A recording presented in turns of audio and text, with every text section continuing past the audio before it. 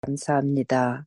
아멘. 저희들에게 주신 오늘의 생명이 정말 영원한 하늘에 갈 수 있는 그 생명을 얻기에 연결되는 생명이 되게 도와주시옵소서. 아버지 하나님, 저희를 사랑하셔서 정말 저희들에게 오늘도 출애굽기에 있는 말씀으로 정말 이 죄의 세상에서 나오기를 원하시는 그런 말씀을 주실 때 성령님께서 직접 주시는 말씀으로 생각하고 받아들이고 정말 힘차게 오늘 하루를 살아갈 수 있도록 도와주시옵소서. 우리 아멘. 연약한 우리 교회를 주님 붙잡아 주시고 정말 교우님 한 분 한 분, 청년들 한 분 한 분이 모두가 참 그리스도인들이 되어서 정말 말씀 위에 굳게 서서 이 아멘. 교회를 주님 앞에 영광스러운 교회로 끌어갈 수 있도록 힘과 능력 주시옵소서. 아버지 아멘. 하나님, 우리 어르신들의 연약한 손을 오늘도 붙잡아 주시고 그들이 정말 하늘만 바라보면서 정말 하루해를 기쁘게 보낼 수 있도록 도와주시고 말씀을 전하시는 목사님께 정말 갑절의 성령님을 부어주셔서 이 아멘. 시대에 꼭 필요한 말씀을 저희들에게 주실 때 저희들 받아들이고 실천에 옮길 수 있도록 도와주시옵소서. 사랑 아멘. 예수님의 이름으로 간절히 기도드립니다. 아멘. 아멘. 예, 감사합니다. 감사합니다. 예, 우리 이제 요한계시록을 끝내고 이제는 출애굽기에 있는 말씀으로 은혜를 나누도록 하겠습니다. 출애굽기 1장 1절 있는 말씀을 공독하겠습니다. 야곱과 함께 각각 자기 가족을 데리고 애굽에 이른 이스라엘 아들들의 이름은 이러하니 루벤과 시몬과 레이와 유다와 이사갈과 스불론과 베냐민과 단과 납달리와 갓과 아셀이요 야곱의 허리에서 나온 사람이 모두 70이요 요셉은 애굽에 있었더라. 요셉과 그의 모든 형제와 그 시대의 사람은 다 죽었고 이스라엘은 생육하고 불어나 번성하되 하고 매우 강하여 온 땅에 가득하게 되었더라. 네, 지금으로부터 약 3,400년 전에 있었던 역사적인 이스라엘의 출애굽 사건은 그 이후로 있어온 각 시대의 하나님의 백성인 영적 이스라엘이 어떻게 구원을 얻는지를 보여주는 하나의 예증적인 사건이었습니다. 그래서 사도 바울은 이야기하기를 고린도전서 10장 11절에 있는 말씀이죠. 저희에게 당한 이런 일이 거울이 되고 또한 말세를 만난 우리의 경계로 기록하였느니라. 그래서 애굽에서 탈출한 이야기는 그냥 역사적인 이스라엘의 한 사건을 기록한 것이 아니라 우리에게 이그젬플, 거울이 된다. 그리고 우리에게 워닝을 주기 위하여 말세를 살고 있는 우리들에게 경계로 이것을 기록해 주었다라고 말씀을 하고 있습니다. 엘렌 화이트 여사도 이렇게 보조화 선지자의 말씀을 하십니다. 이스라엘 백성의 광야 생활의 역사는 세상 끝날에 사는 영적 이스라엘의 유익을 위하여 기록되었다. 저들이 이곳저곳으로 행진한 모든 노정과 저들이 주림과 기갈과 피로를 당했을 때와 저들을 구원하시기 위하여 당신의 능력을 현저히 나타내심에 있어서 하나님께서 광야를 방황하던 이스라엘 백성을 다루신 기록은 각 시대를 통하여 당신의 백성을 경고, 교훈하시기 위하여 기록되어 있다. 히브리 사람들의 각양 경험은 가나안에 있는 저들의 약속된 안식처를 위한 준비 학교였다. 하나님께서는 이 시대에 사는 그분의 백성이 겸손한 마음과 온순한 정신으로 고대 이스라엘이 겪은 시련들을 자세히 회고하여 하늘 가나안을 위한 준비에 교훈을 받기를 원하실 것이다 라고 했습니다.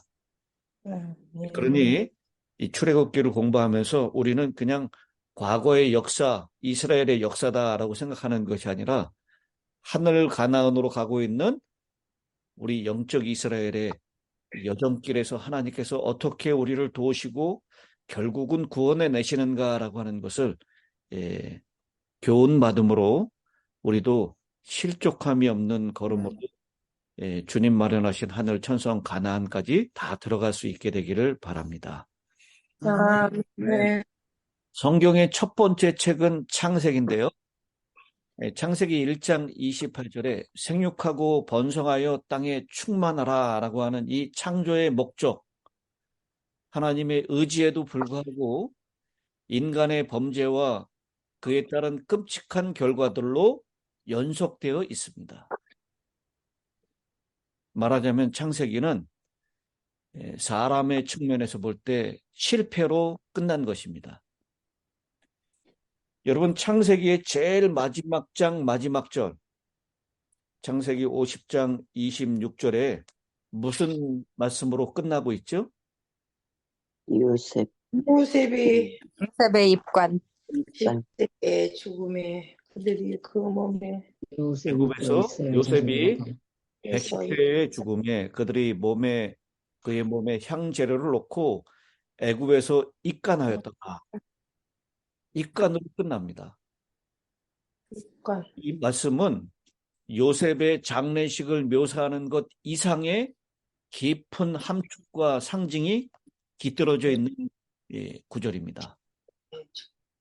인간이 택한 죄의 길의 종점은 죽음뿐입니다.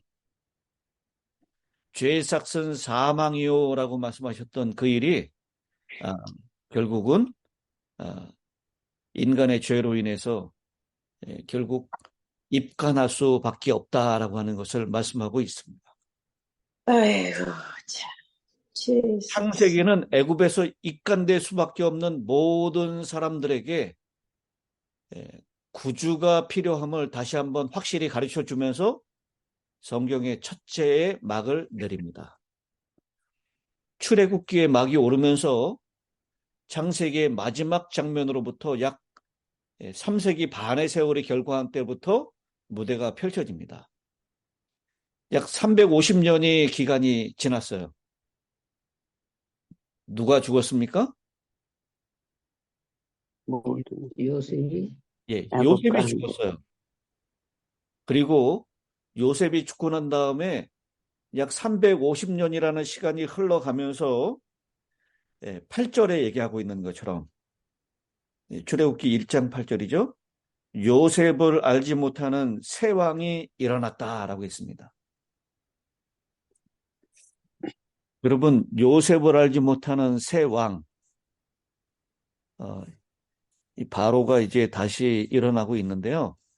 이 요셉을 알지 못하는 이 새 왕은 누구를 얘기하는 걸까요?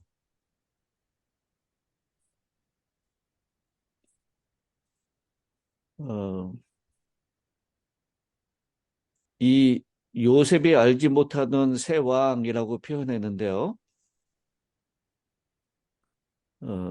이 애굽에는 이 요셉이 이 총리 대신으로 올라갔을 때 왕조가 힉소스 왕조입니다.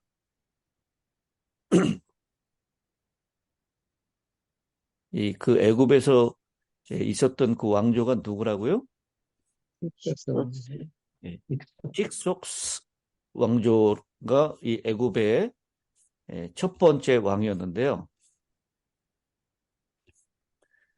그 다음에 우리가 아는 대로 힉소스 왕조는요, 이게 아시아에서 온 사람들이다라고 얘기해요. 그러니까 애굽의 본토인들의 왕이 아니었다라는 것입니다. 그래서 이 힉소스 왕조가 무너지고 난 다음에 새로운 왕조가 일어났는데 그것은 애굽의 본토에 있었던 사람들이 왕이 된 것입니다. 제18왕조라고 표현을 하는데요. 이 힉소스 왕조는 애굽의 본토인이 아니고 아시아에서 온 사람들이었기 때문에 그래서 이민자들에게 굉장히 너그러운 정책을 펼쳤고요.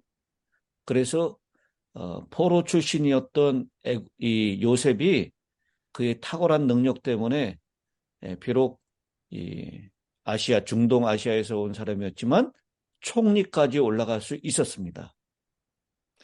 그런데 다시 이 18왕조가 들어서면서 애굽의 본토인들은 외국인들에 대해서 이민자들에서 너그러운 이 정책을 펼치지 못했습니다. 그래서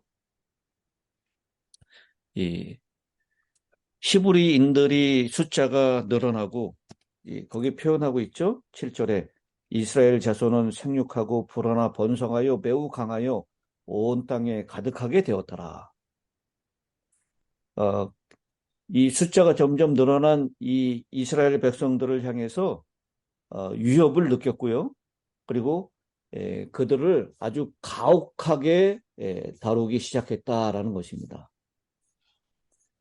그래서 왕조가 처음에 일어나면 바로 왕은 두 가지 일을 시작합니다. 첫째는 자신이 섬기던 이 신을 섬기는 신전을 만들고요. 두 번째는 자신이 죽어야 될 무덤을 만드는 일을 합니다. 그래서 오늘 그 11절에 나오는 말씀이죠. 감독들을 그들 위에 세우고 그들에게 무거운 짐을 지어 괴롭게 하여 그들에게 바로를 위하여 국고성 비돔과 람셋을 건축하게 하니라. 이 바로 왕이 처음에 이 왕조를 시작하면서 이 신전을 세우고 그 다음에 자신의 무덤, 피라미드를 건축하는 일에 이스라엘 백성들을 아주 혹독하게 몰아붙이는 장면으로 이 출애굽기는 시작을 하고 있습니다. 그런데요, 이 출애굽기에서 일어나고 있는 이 엄청난 고욕에 대해서 뭐라고 당시에 학자들은 기록을 하고 있냐면요. 이 요세푸스가 기록한 당시의 상황을 이렇게 기록하고 있습니다. 세월이 지나자 그들 애굽인들은 요셉이 그들에게 베풀었던 혜택은 망각했으며 특별히 왕권이 다른 가문으로 넘어가게 되자 이스라엘인들을 학대하기 시작했다. 또한 그들은 저들에게 고통을 가하는 여러 방법들도 고안해냈다. 애굽인들은 히브리인들을 시켜 수많은 수로를 파괴했고 강물이 범람해 물이 썩는 것을 막기 위해 도시의 성벽과 누벽을 건설하게 했고 피라미드도 건립하게 했다. 애굽인들은 이렇게 이스라엘인들을 지치게 만들었고 손으로 하는 온갖 종류의 일을 강제로 배우게 하였으며 또한 중노동에 시달리게 했다. 이스라엘인들은 400년을 이런 고통 가운데서 보냈다. 그렇게 요세푸스가 당시에 애굽에서의 이스라엘 백성들의 상황을 이야기하고 있습니다. 근데요, 이 고대 이스라엘 백성들이 이 애굽 땅의 95%가 사막이고요. 그리고 유명한 나일강의 범람으로 당시에 농사짓고 이런 이 가축, 농토, 가옥 이것을 보호하기 위해서 수리 사업을 하는데 이 왕들은 엄청난 에너지를 쏟아 부었다라고 하는 것입니다. 그런데 이 기록에 의하면요, 당시 이 당시가 아니고 19세기에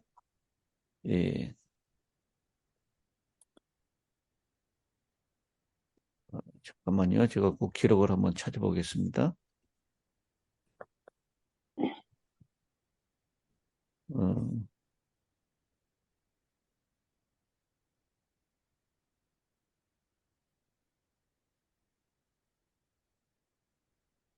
19세기 중엽에 메헤메트 알리라고 하는 사람이 알렉산드리아의 운하를 건설하면서 총 15만 명의 인부를 고용했는데요. 그 중에서 2만 명이 목숨을 잃었다라고 얘기합니다. 이게 언제였다고요? 19세기였죠. 19세기 중엽. 그러니까 훨씬 더 예전보다 기술이 발달하고 장비도 좋아졌을 때에 알렉산드리아에서 운하를 건설하면서 총 15만 명의 인부를 고용했는데 그 중에 2만 명이 목숨을 잃었다라고 얘기를 합니다. 근데 고대 바로가 시킨 운하와 피라미드와 신전과 국고성을 건축하는데 강제로 동원되었던 이스라엘 백성들에게도 이에 못지않은 치사율이 있었을 것이다 라고 얘기를 하는 것입니다. 그러니까 제가 재난 안식의 설교 중에 잠깐 그 화면으로 보여줬던 그 장면 여러분 기억하시죠? 신전의 그 무거운 돌을 이렇게 옮기기 위해서 사람들이 막 밧줄로 묶어서 끌고 있는데 넘어지면 깔리면 그냥 죽는 것입니다. 15만 명 중에 2만 명이 죽었던 것처럼 당시 이 강제 노역에 동원됐던 시브리 백성들도 엄청나게 많은 그런 사람들이 희생을 당했을 것이다 라는 것입니다.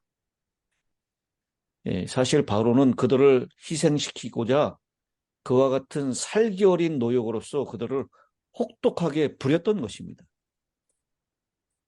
정말 말도 안 되는 노역에 시달리고 있는 장면을 여기 성경에서는 그렇게 표현합니다. 13절, 14절입니다. 이스라엘 자손에게 이를 엄하게 시켜 어려운 노동으로 그들의 생활을 괴롭게 하니 곧 흙 이기기와 벽돌 굽기와 농사의 여러 가지 일이라. 그 시키는 일이 모두 엄하였더라. 예, 정말 죽을 것 같은 고생을 이스라엘 백성들은 했던 것입니다. 이 바로의 이스라엘 백성들의 숫자가 많아지고 매우 강하여지고 번성하는 이 세력을 억제하기 위하여 강력한 탄압 정책을 실시했고 그것으로 인해서 온갖 고역으로 괴롭힘을 당하고 있던 그 노예 생활에 있었던 이스라엘 백성들. 그 이스라엘 백성들의 탄원을 하나님께서 들으십니다. 인간이 보기에 거의 절망적인 상황에서 하나님께서는 돌파구를 마련하시고 아브라함과 이삭과 야곱에게 허락하신 언약을 성취하기 위하여 세상의 권세들과 인간의 관계들을 이용하시며 그 위에 간접적인 간구와 직접적인 계시로서 구속의 일대 드라마를 펼쳐나가시는 장면입니다. 창세기는 아브라함이라고 하는 한 가문의 이야기였다면 출애굽기는 한 민족의 이야기입니다. 이 출애굽기는 하나님의 백성이 어디에서 어떻게 구원을 받아서 어떤 경험과 어떤 경로를 거쳐서 어디로 가게 되는지를 보여주는 하나의 실제적인 역사이면서 동시에 하나의 방법론적인 예시이기도 합니다. 오늘 이 출애굽기에 있는 사건들을 통해서 우리의 잃어버린 생명을 다시 찾는 방법을 가르쳐 주시는 구원의 교과서를 우리는 배우게 될 것입니다. 네, 네. 이 바로가 통치하는 애굽은요, 마귀가 지배하고 있는 이 세상을 잘 상징하고 있습니다. 요한계시록에서도 요한은 그렇게 계시록 2장 8절에 얘기하고 있죠.